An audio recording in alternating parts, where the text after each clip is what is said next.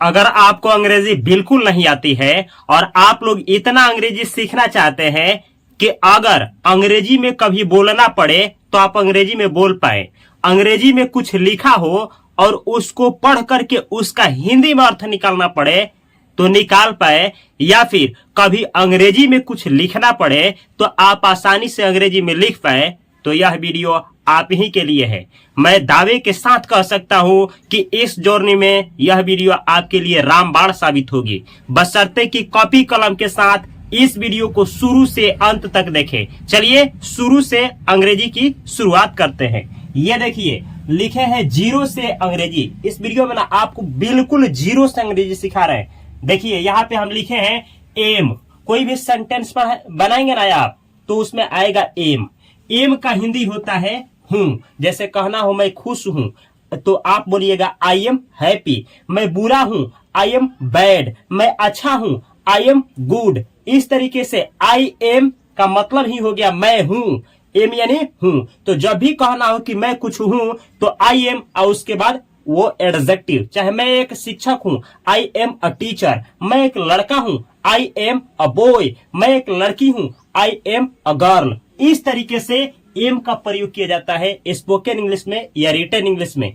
आगे देखिए यहाँ पे लिखे इस एम के आगे लगा दीजिएगा टू, तो इसको पढ़ा जाता है एम टू।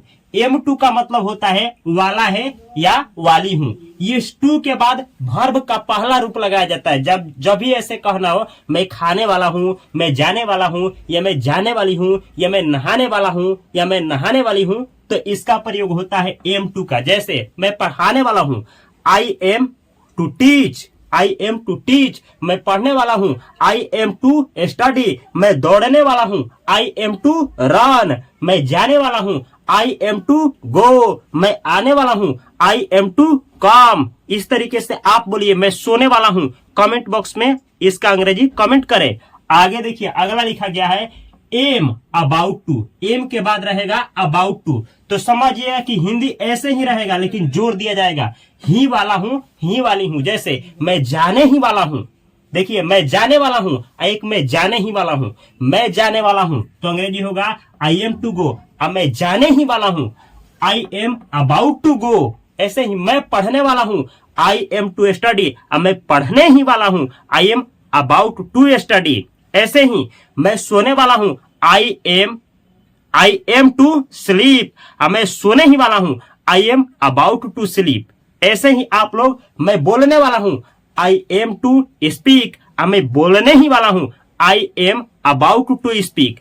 इस तरीके से इसका यूज होता है। आगे देखिए ना, जब इस एम के बाद एबल टू लगाइएगा, एबल टू तो हो जाता है लायक हूं, चाहे योग्य हूं, चाहे काबिल हूं। जब भी कहना हो कि मैं इस काम को करने के लायक हूं तो ऐसे बोलिएगा एम एबल टू और उसके बाद रहेगा वो क्रिया का पहला रूप। जैसे मैं पढ़ाने के लायक हूं I am able to teach. मैं दौड़ने के लायक हूं I am able to run. मैं सोने के लायक हूं I am able to sleep. इस तरीके से आप लोग कोई भी सेंटेंस बना सकते हैं। मैं अंग्रेजी बोलने के लायक हूं I am able to speak English. मैं सुनने के लायक हूं I am able to listen. इतना ही नहीं, देखिए ना, अगर आप टू को हटा देते हैं तो यहाँ पे कोई प्रोनाउन का ऑब्जेक्टिव केस या नाउन का ऑब्जेक्टिव केस लगा सकते हैं। जैसे देखिए नाउन लगा सकते हैं, ऐसे समझिए मैं आग के लायक हूं I am able to you. मैं राम के लायक हूं I am able to Ram. मैं एक कार के लायक हूं आई एम एबल टू अकार। नहीं, आई एम एबल और उसके बाद अकार, आई एम एबल अकार। आई एम एबल यू, मैं आपके लायक हूं। ये देखिए टू तभी लगाना है जब क्रिया है। इसको हटा दीजिएगा तो डायरेक्ट नाउन आएगा। जैसे I am able to Ram, गलत है, I am to Ram. I am to Ram, मैं राम के लायक हूं। मैं एक मार्कर के लायक हूं आई एम अ मार्कर, गलत। आई am able a marker, I am नहीं, आई एम मार्कर का मतलब हो जाएगा मैं मार्कर हूं। अब बस आई am able a marker. I am able a marker, मैं एक मार्कर के लायक हूं। नहीं समझ में आया है? अगला देखिए समझ जाएंगे। ये देखिए इज का मतलब होता है। इज का मतलब होता है प्रेजेंट टाइम में जब भी कुछ बतलाना हो कि कोई चीज है तो इज। जैसे देखिए ना, इज जैसे मैं खुश हूं तो क्या बोलिएगा? अब मैं के साथ ये इज नहीं लगता है, ही सी के साथ या कोई एक नाम के साथ। जैसे राम खुश है, राम इज हैप्पी, रानी खुश है, रानी इज हैप्पी। इस तरीके से इसका प्रयोग किया जाता है। आइए देखिए ना, इज के बाद जब टू लगेगा तो वाला है, वाली है। इस टू के बाद कोई क्रिया आएगा, जैसे रानी आने वाली है, रानी इज टू कम, राम जाने वाला है, राम इज टू गो, आप सोने वाले हैं। तो आपके साथ इज नहीं लगता है, ही सी के साथ लगता है या कोई सिंगुलर नाउन के साथ। जैसे वह जाने वाला है, ही इज टू गो, वह स्कूल जाने वाली है, he is to go to school. इस तरीके से इसका प्रयोग होता है। अगला देखिए ना, इज के बाद आएगा अबाउट टू। तो इज अबाउट टू का हिंदी होता है ही वाला है, ही वाली है। जब इसी बात पे जोर देना हो तो इज अबाउट टू का प्रयोग होता है। ऐसे देखिए, राम स्कूल जाने वाला है, राम स्कूल जाने ही वाला है, राम स्कूल जाने वाला है, Ram is to go to school, Ram school जाने ही वाला है, Ram is about to go to school. इस तरीके से इन दोनों का प्रयोग होता है। अगला देखिए, इज के बाद आएगा एबल टू।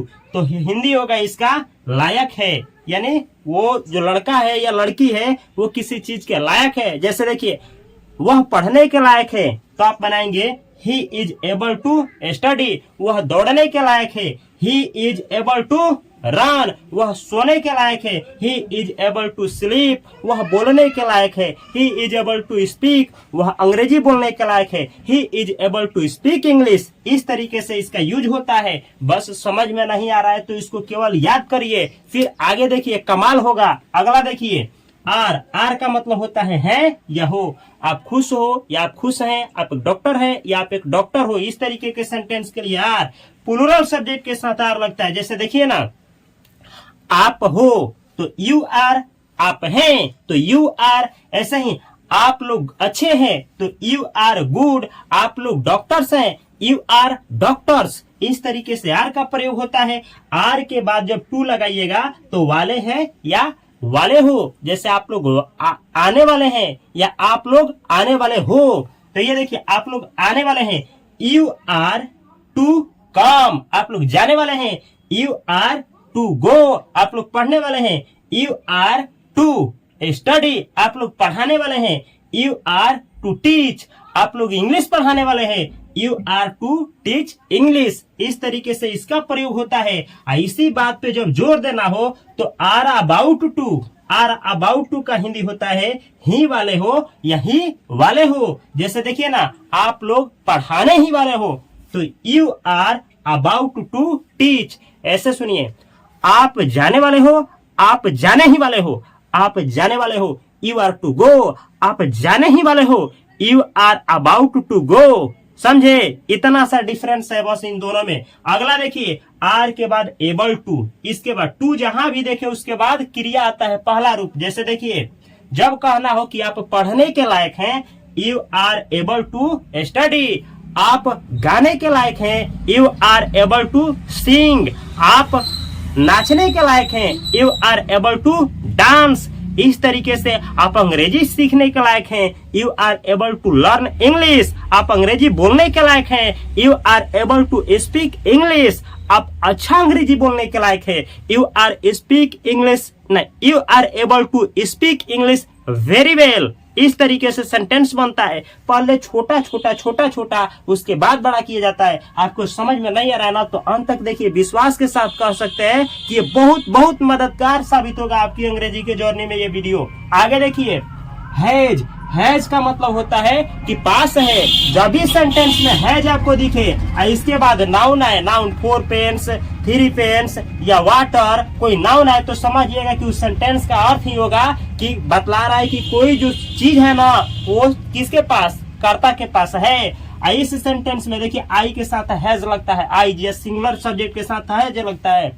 देखिए, आई हैव अ पेन होता है, हैज सिंगुलर सब्जेक्ट के साथ आता है, आई के साथ हैव लगता है। जैसे देखिए, Ram has, Rani has, Sita has, he has, she has. ऐसे बनेगा, सी हैज अ पेन, उसके पास एक कलम है, ही हैज अ पेन, उसके पास एक कलम है, राम हैज अ पेन, राम के पास एक कलम है, रानी हैज अ पेन, रानी के पास एक कलम है। तो हैज जहां दिखे तो समझिएगा कि पास है का अर्थ देगा, बशर्ते कि इसके बाद क्रिया नहीं आनी चाहिए। अगला सेंटेंस है हैव, इसके पहले प्लूरल सब्जेक्ट आएगा, जैसे यू हैव अ पेन, आपके पास एक कलम है। दे हैव अ पेन, वे लोगों के पास एक कलम है।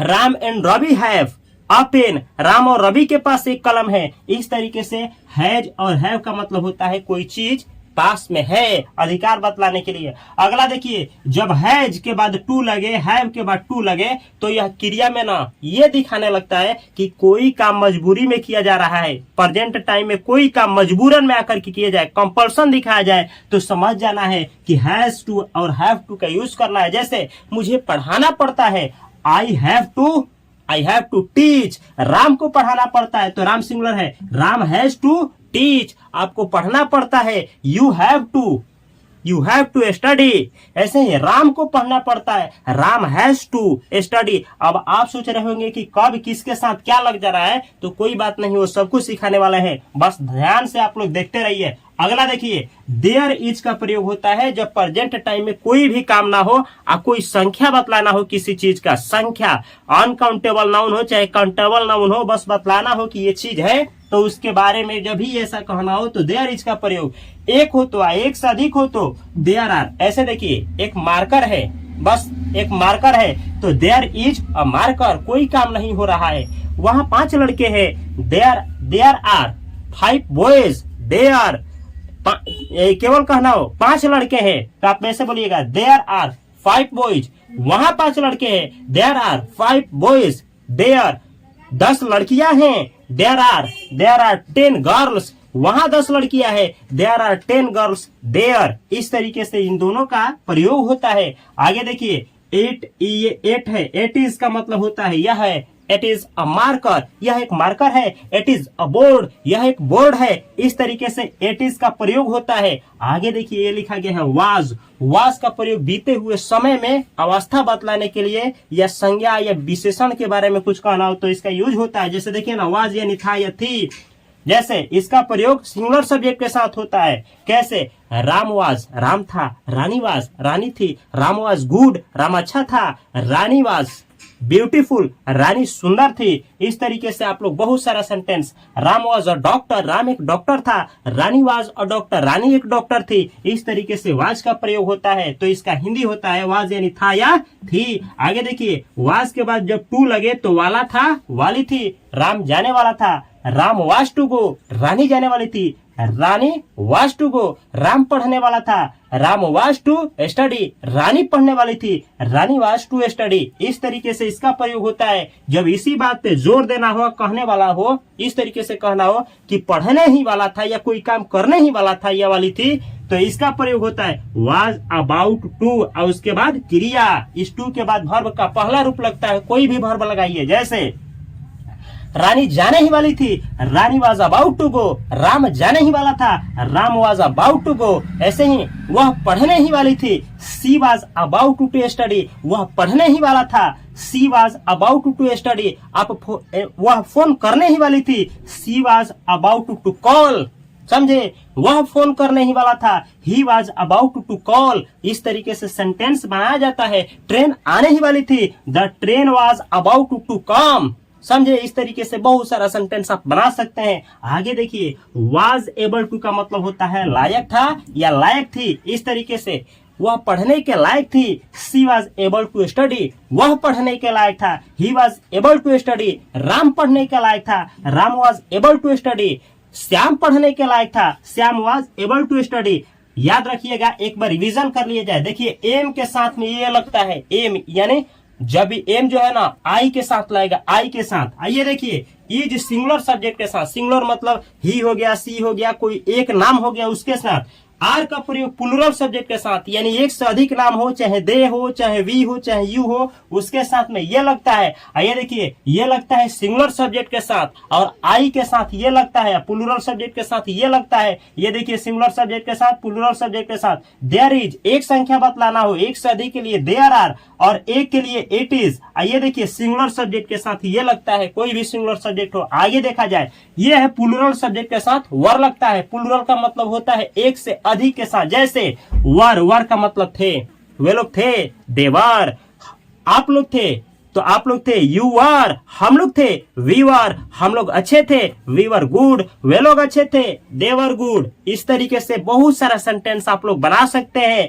राम और श्याम थे, राम एंड श्याम वर, राम और श्याम अच्छे थे, Ram and Shyam were good. इस तरीके से इसका प्रयोग होता है। आगे देखिए, वर टू का मतलब होता है वाले थे, यानी कोई काम कोई क्रिया करने वाले थे। जैसे राम और रवि आने वाले थे, Ram and Ravi were to come, आप लोग जाने वाले थे, यू वर टू गो वे लोग आने वाले थे, दे वर टू कम। इस तरीके से इसका प्रयोग होता है। अगला है वर अबाउट टू, इसी पर जोर देना हो, कहने वाला इस तरीके से कहना हो कि ही वाले थे। जैसे आप लोग जाने ही वाले थे, तो आप लोग जाने ही वाले थे, you were about to go. एक सेंटेंस लेते हैं, देखिए दोनों पे, कि ताकि आप समझ पाए। देखिए, वे लोग पढ़ने ही वाले थे, अब वे लोग पढ़ने वाले थे, तो वे लोग पढ़ने वाले थे, दे वर टू स्टडी, अब वे लोग पढ़ने ही वाले थे, they were about to study. अगला है, ये देखिए, were able to, were able to का मतलब होता है लायक थे, योग्य थे, काबिल थे, आप लोग पढ़ने के काबिल थे, तो दे आप लोग पढ़ने के काबिल थे, you are able to study, आप लोग अंग्रेजी बोलने के काबिल थे, तो you are able to speak English. इस तरीके से एबल टू का प्रयोग होता है। अगला देखिए, सैल का मतलब होता है गागेगी। जब इस सेंटेंस में गागेगी आए तो समझ जाना है सैल का प्रयोग होगा। जैसे आप लोग जाएंगे, यू विल नहीं, यू तब जाकर के, ये देखिए, अच्छा सैल विल के साथ, ये देखिए सैल और विल दोनों का हिंदी होता है गागेगी, तो आप लोग के साथ ये लगता है यू विल गो, आप लोग जाएंगे, मैं जाऊंगा, आई सैल गो, वी सैल गो हम लोग जाएंगे। तो सैल अविल का मतलब होता है गा गे गी, और जब इस दोनों के बाद में क्या आ जाए, बी आ जाए, बी लग जाए, सैल बी विल बी, इसका हिंदी होता है बनेगा बनेगी, बनेगा बनेगी, बनेगा बनेगी बनेंगे। जैसे कुछ बनने की बात होता है ना, मैं एक डॉक्टर बनूंगा, वह एक डॉक्टर बनेगा, ऐसे सेंटेंसों में सैल बी विल बी का प्रयोग होता है। अगला देखिए, देयर वाज का मतलब संख्या बतलाना हो। जैसे देयर वाज अ पेन, एक कलम था, देयर वाज अ बॉय, एक लड़का था, देयर वाज अ कैट, एक बिल्ली थी। ऐसे ही देयर वर का मतलब होता है थे, देयर वर 5 पेन्स, यानी 5 कलमें थी, देयर वर 10 बॉयज, 10 लड़के थे, there were 10 copies on the table, यानी 10 कॉपी 10 पुस्तकें थी टेबल पर। ऐसे ही there were 10 birds on the tree, यानी 10 पंछियां थी पेड़ पर। इस तरीके से इसका प्रयोग होता है। ये देखिए, देयर शैल बी का मतलब होता है होगी, होंगे होंगे। जैसे कहना हो 5 लड़के होंगे, 10 लड़के होंगे, 10 लड़कियां होंगी, तो ऐसे जगह पे there shall be, there will be का प्रयोग होता है। तो इस तरीके से हम आशा करते हैं कि आपको थोड़ा सा ये महसूस जरूर हुआ होगा कि शैल बी, विल बी ऐसा अर्थ देता है। लेकिन डिटेल में सीखने के लिए इस चैनल को सब्सक्राइब करके बेल आइकन की घंटी को दबा ले। आप लोग देख रहे हैं इंग्लिश बाय उपेंद्र सर का चैनल, और इस चैनल पे अंग्रेजी सिखाया जाता है। आप लोग अगर यूट्यूब पे देख रहे हैं तो इसको इंस्टाग्राम, फेसबुक, हर एक जगह पे इंग्लिश बाय उपेंद्र सर का चैनल है। एक और चैनल है fast coaching centre by Upendra sir का चैनल, जिसपे 10th और 12th क्लास का तैयारी कराते हैं। तो उसको भी यूट्यूब पे, फेसबुक पे और इंस्टाग्राम पे हर एक जगह पे आप लोग सर्च करके ज्वाइन कर सकते हैं। मैं मिलता हूं अगले वीडियो में बेहतर कंटेंट के साथ, आपको अच्छे से अंग्रेजी के साथ बेहतर कंटेंट, यानी आपको आसानी से अंग्रेजी सिखा दे ऐसे कंटेंट के साथ। तब तक के लिए आप सभी को तहे दिल से नमस्कार। Thanks for watching this video. अगर वीडियो अच्छा लगा हो तो यहाँ पे है fast coaching centre by Upendra sir का चैनल, जिसपे 10th 12th की क्लास की तैयारी होती है, उसको सब्सक्राइब करें। और यहाँ पे है आप लोगों का फाइनेंस के लिए फास्ट फाइनेंशियल एजुकेशन चैनल, जिसपे स्टॉक मार्केट, पैसा के बारे में बतलाते हैं। और यहाँ पे है अंग्रेजी का प्लेलिस्ट। इस प्लेलिस्ट के हर एक वीडियो को कॉपी कलम के साथ देखिए। और तब तक के लिए आप सभी को तहे दिल से नमस्कार।